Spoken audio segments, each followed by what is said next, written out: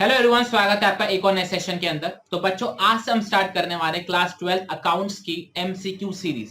जैसा कि हमको पता है हमारे term 1 examination totally MCQ based होने वाले हैं, तो उसकी तैयारी हम आज से चालू कर रहे हैं। तो चलिए हम स्टार्ट करते हैं फंडामेंटल ऑफ पार्टनरशिप के संग, क्योंकि पहले हम पार्टनरशिप करेंगे, फिर हम शेयर्स करेंगे, देन हम पार्ट बी की तरफ जाएंगे। तो पहला क्वेश्चन फंडामेंटल ऑफ पार्टनरशिप से आपकी कंप्यूटर स्क्रीन पर, मोबाइल स्क्रीन पर ये रहा। तो पहला क्वेश्चन क्या कह रहा है बच्चों? Features of partnership are. क्या बताने आपको? पार्टनरशिप के फीचर्स बताने। पहला फीचर क्या है बच्चों? Two or more person are carrying common business under an agreement. They are sharing profit and losses in the fixed ratio. Business is carried by all or any of them acting for all as an agent. तो बताइए, या फिर D all of these, क्या इनमें से कौन सा partnership का फीचर है? बताइए बच्चों।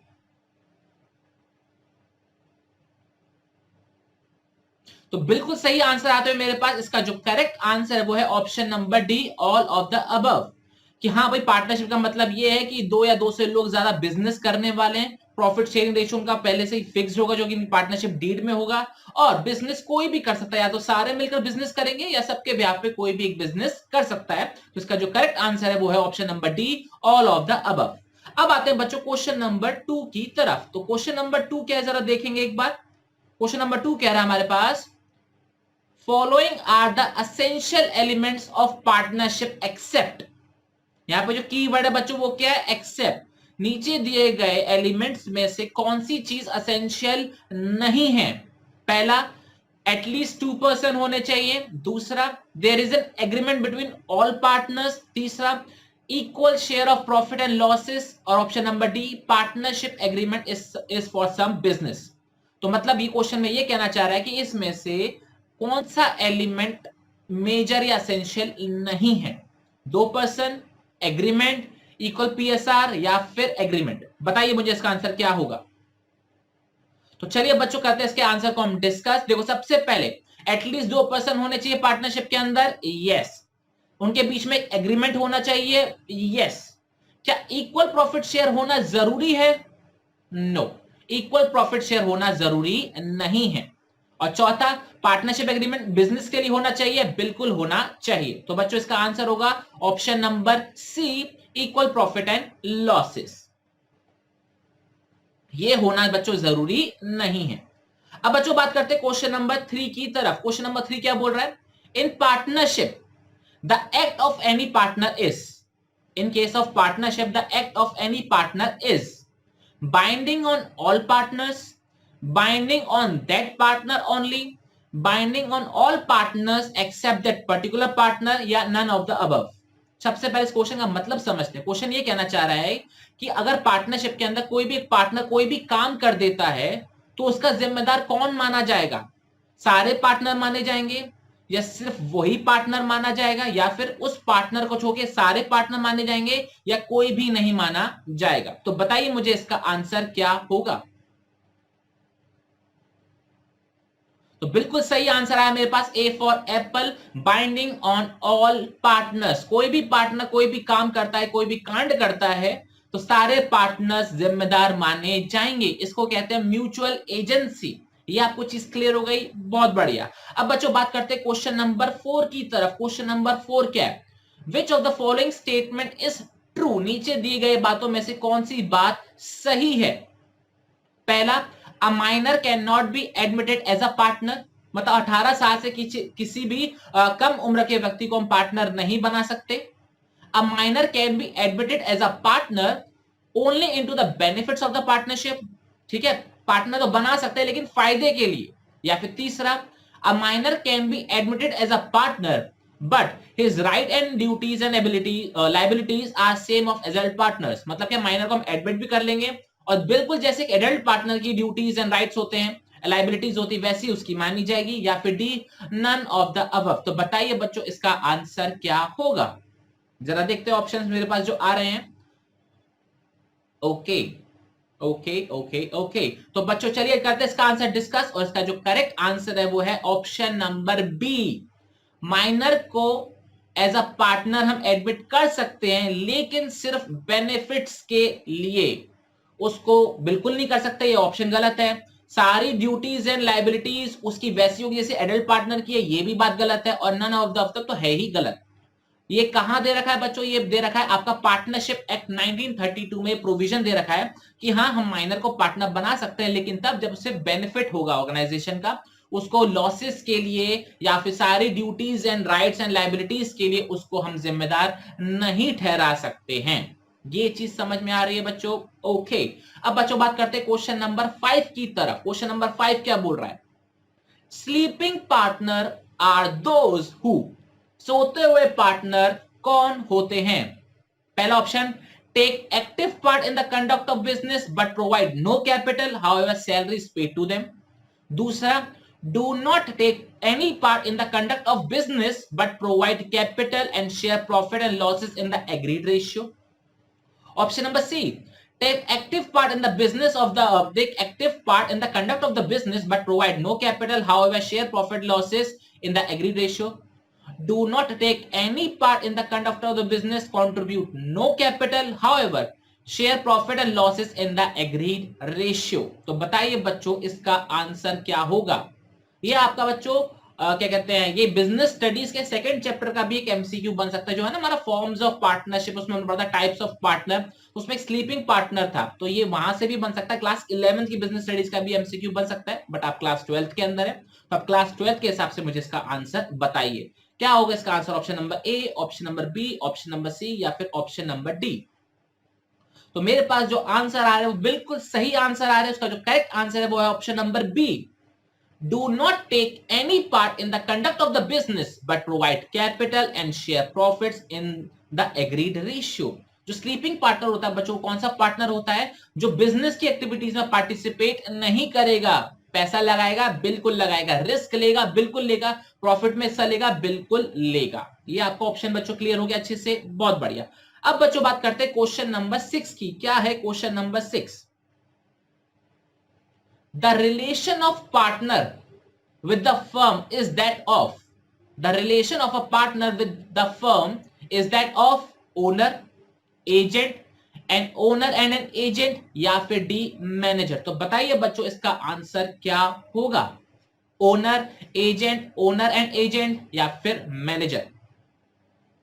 मेरे पास आंसर आने स्टार्ट हो चुके हैं और इसका जो करेक्ट आंसर आ रहा है मेरे पास वो है ऑप्शन नंबर सी। जो पार्टनर्स होते हैं वो फर्म के ओनर भी होते हैं और उनके एजेंट भी होते हैं, मतलब वो फर्म को चलाते भी हैं और फर्म के हिसाब से चलते भी हैं। तो इसका जो करेक्ट आंसर है वो है हमारा option number C, an owner and as an agent. यहां तक बच्चों आपको क्लियर हो गया? ओके। अब बच्चों बात करते हैं क्वेश्चन नंबर 7 के बारे में। बड़ा ही मजेदार क्वेश्चन है, इसमें सबसे ज्यादा बच्चे कंफ्यूज होते हैं, सबसे ज्यादा बच्चे गलतियां करते हैं। Number of partners in a partnership may be, number of partners in a partnership may be maximum 2 लोग होने चाहिए, मैक्सिमम 10 लोग होने चाहिए, मैक्सिमम 50 लोग होने चाहिए या फिर मैक्सिमम 100 लोग होने चाहिए। तो बताइए बच्चे इसका आंसर क्या होगा? 2, 10, 50 या फिर 100। मेरे पास जो आंसर आ रहे हैं बिल्कुल सही आंसर आए, सिर्फ एक आंसर गलत आया, बाकी सारे आंसर सही आए हैं। तो बच्चों मिनिमम 2 मेंबर होने चाहिए, मैक्सिमम 2 मेंबर नहीं होने चाहिए। इसका जो करेक्ट आंसर है वो है option number C, C for बिल्ली, कैट। 50 मेंबर या 50 पार्टनर मैक्सिमम हो सकते हैं पार्टनरशिप के अंदर।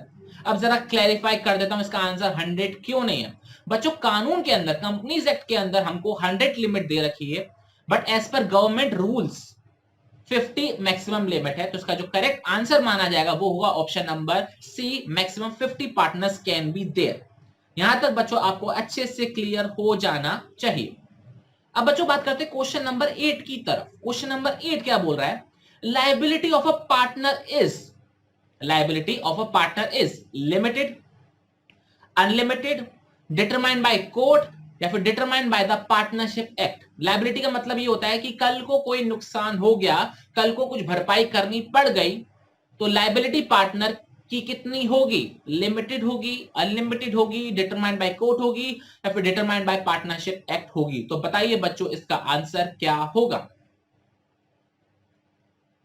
मेरे पास आंसर आते हुए, ठीक है, बिल्कुल सही, बिल्कुल सही। ओके, तो बच्चों इसका जो करेक्ट आंसर है वो है हमारा option number B, liability of a partner is unlimited. और बच्चों अनलिमिटेड लाइबिलिटी का मतलब क्या होता है कि कल को कोई नुकसान हुआ तो आपकी प्राइवेट प्रॉपर्टी, आपके खुद के घर के बर्तन भी बिक सकते हैं जो आपके नाम पे खरीदे हुए हैं। ये आपको चीज समझ में आ रही है कि कल को बिजनेस में जो आपने पैसा लगाया था वो तो जाएगा ही जाएगा, लेकिन अगर कुछ बड़ा कांड हो गया तो आपके नाम पर जो भी प्राइवेट प्रॉपर्टी है वो भी अटैच करी जा सकती है। इसलिए बोलते हैं पार्टनरशिप में जो पार्टनर की जो लायबिलिटी होती है वो अनलिमिटेड होती है। आई होप बच्चों आपको ये क्वेश्चन अच्छे से समझ में आ गया होगा। अब बच्चों बात करते हैं क्वेश्चन नंबर 9 की तरफ। अब एक सवाल आ रहा होगा बच्चों आपके मन में कि सर न्यूमेरिकल वाले क्वेश्चन क्यों नहीं करा रहे। तो बच्चों सबसे पहले फंडामेंटल में हम थ्योरी पढ़ते हैं पार्टनरशिप की कि क्या है, उसके अंदर बेसिक्स हैं। बेसिक्स भी बहुत ज्यादा पूछे जा सकते हैं, तो पहले हम बेसिक्स पे स्ट्रॉन्ग करेंगे और धीरे धीरे धीरे हम एडवांस लेवल पर जाएंगे, न्यूमेरिकल क्वेश्चन पर भी आएंगे।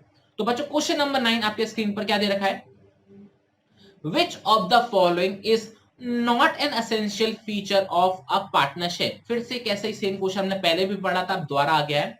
विच of the following is not an essential feature of a partnership. पहला, there must be an agreement, there must be a business, the business must be carried on for profit, the business must be carried on by all the partners. तो बताइए बच्चों इसका correct answer क्या होगा। Option number ए, agreement होना जरूरी है।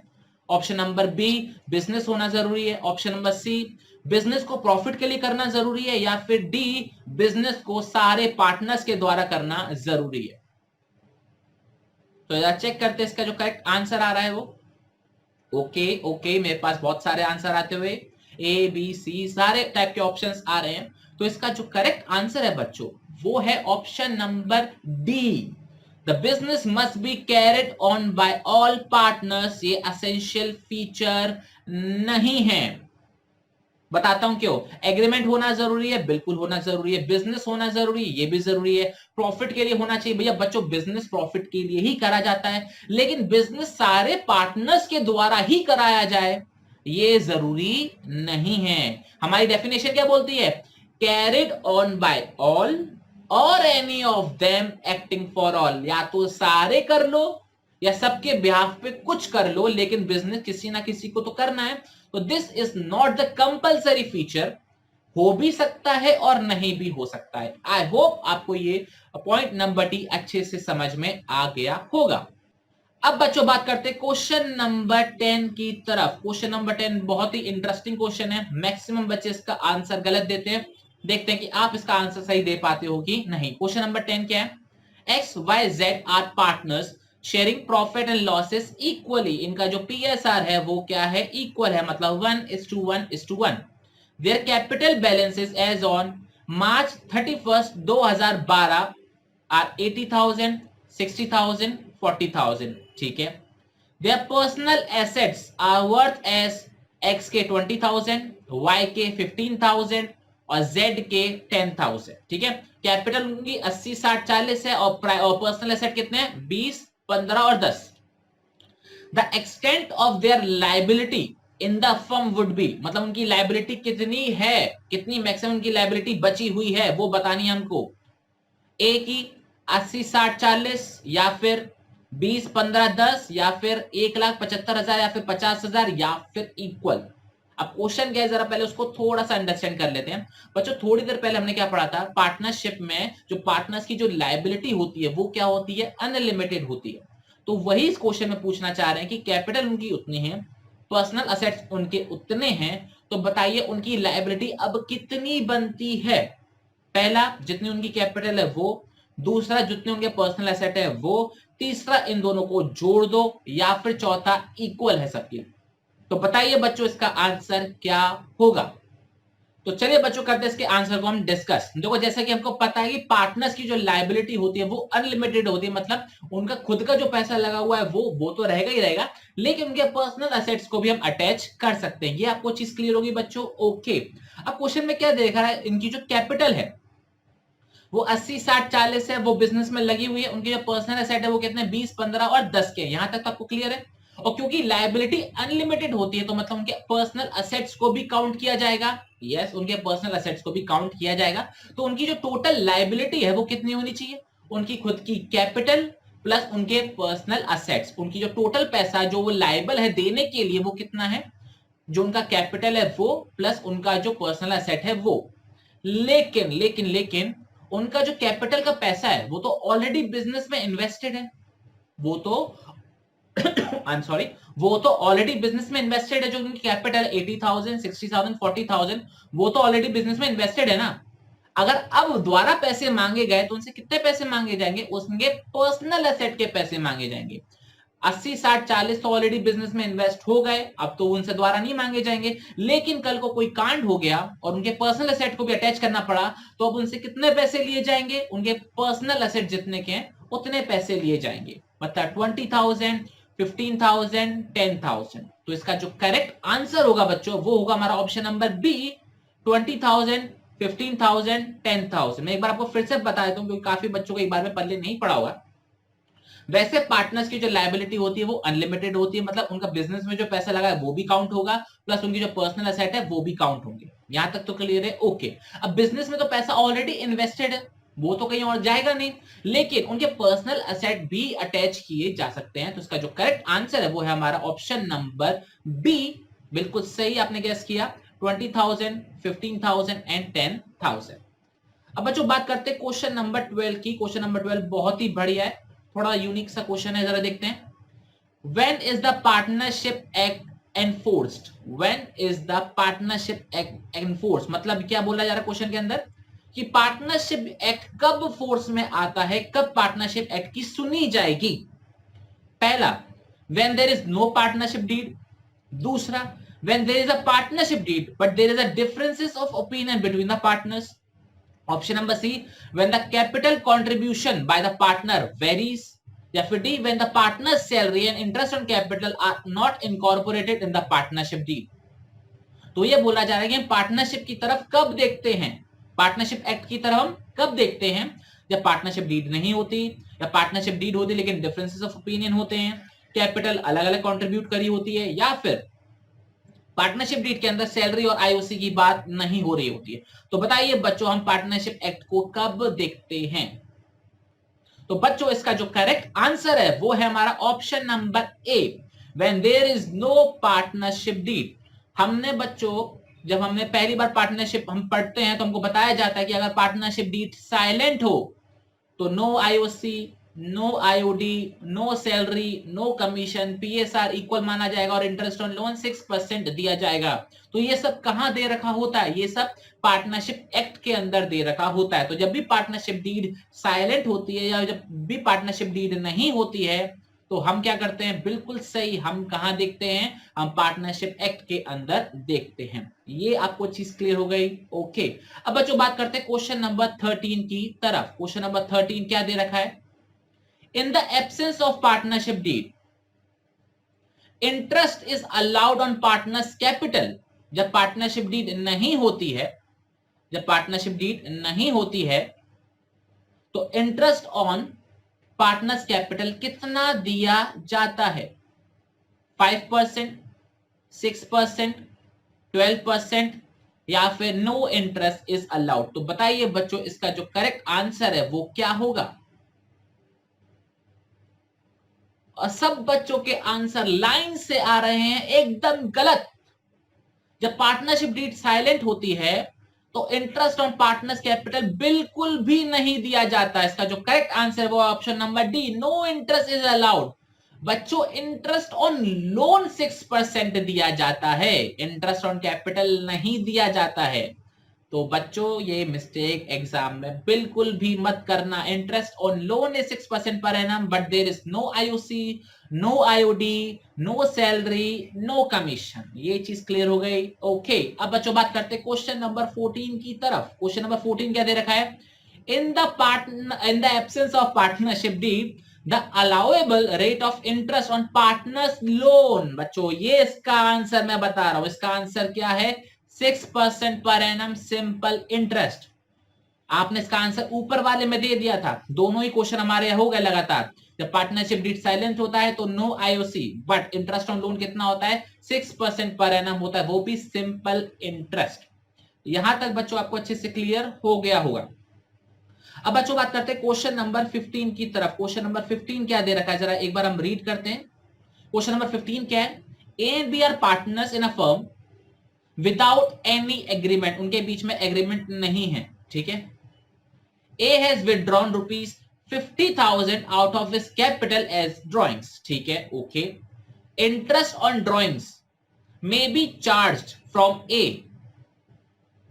by the firm at the rate 5% per annum, 6% per annum, 6% per month, या no interest can be charged। Agreement नहीं है, ध्यान रखना, एक एग्रीमेंट नहीं है तो 50,000 जो इन्होंने कैपिटल से ड्राइंग करी है उस पर इंटरेस्ट आईओडी कितना चार्ज किया जाएगा, 5% पर एनम, 6% पर एनम, 6% पर मंथ, या फिर no interest can be charge. तो बताइए बच्चों इसका करेक्ट आंसर क्या होगा। तो इसका जो करेक्ट आंसर आया वो है बच्चों option number D, no interest can be charge because there is no agreement. जब कोई भी एग्रीमेंट नहीं होता, एग्रीमेंट साइलेंट होता है, तो ना तो आईओसी होता है ना ही आईओडी होता है। देखते हैं आगे कोई एक्स्ट्रा क्वेश्चन को दे रखा है कि नहीं दे रखा। तो कोई भी क्वेश्चन अब एक्स्ट्रा नहीं दे रखा। तो बच्चों ये थी हमारे आज की पहली एमसीक्यू का सीरीज, पहला एपिसोड, जिसके अंदर हमने फंडामेंटल ऑफ पार्टनरशिप के कुछ बेसिक्स के बारे में अच्छे से पढ़ा। हमने वो एमसीक्यू करे जो बच्चे नॉर्मली उसको इग्नोर कर देते, वो सीधा प्रैक्टिकल पे चले जाते हैं, P&L एप्रोप्रिएशन दिखाओ, पार्ट एडजस्टमेंट दिखाओ, गारंटी ऑफ प्रॉफिट दिखाओ, बट ये बेसिक्स को वो इग्नोर कर देते हैं और यहाँ पर उनके सिली मिस्टेक्स की वजह से मार्क्स कट जाते हैं। तो बच्चों आज के लिए हम इतना ही रखेंगे। अगला एपिसोड आपको मिलेगा 2 दिन के बाद। हमारे ये हमने सीरीज फॉलो करें जिसमें एक दिन अकाउंट्स आएगा, एक दिन बिजनेस आएगा, एक दिन इको आएगा, फिर अकाउंट्स, फिर बिजनेस, फिर इको। ये चीज क्लियर हो गया। तो अकाउंट्स हमारा आएगा मंडे को और थर्सडे को, बिल्कुल सही। बिजनेस स्टडीज कब आएगा, ट्यूसडे को एंड फ्राइडे को। और इकोनॉमिक्स कब आएगा, वेडनेसडे को और सैटरडे को। संडे को होगी आपकी छुट्टी। ये चीज क्लियर हो गया, ओके। तो बच्चों मिलते हैं नेक्स्ट एपिसोड के अंदर। टिल देन अपना बहुत बहुत ख्याल रखिएगा और बेवजह घर से बाहर मत निकलिएगा और पढ़ते रहिएगा। जय हिंद, जय भारत, टाटा बाय बाय।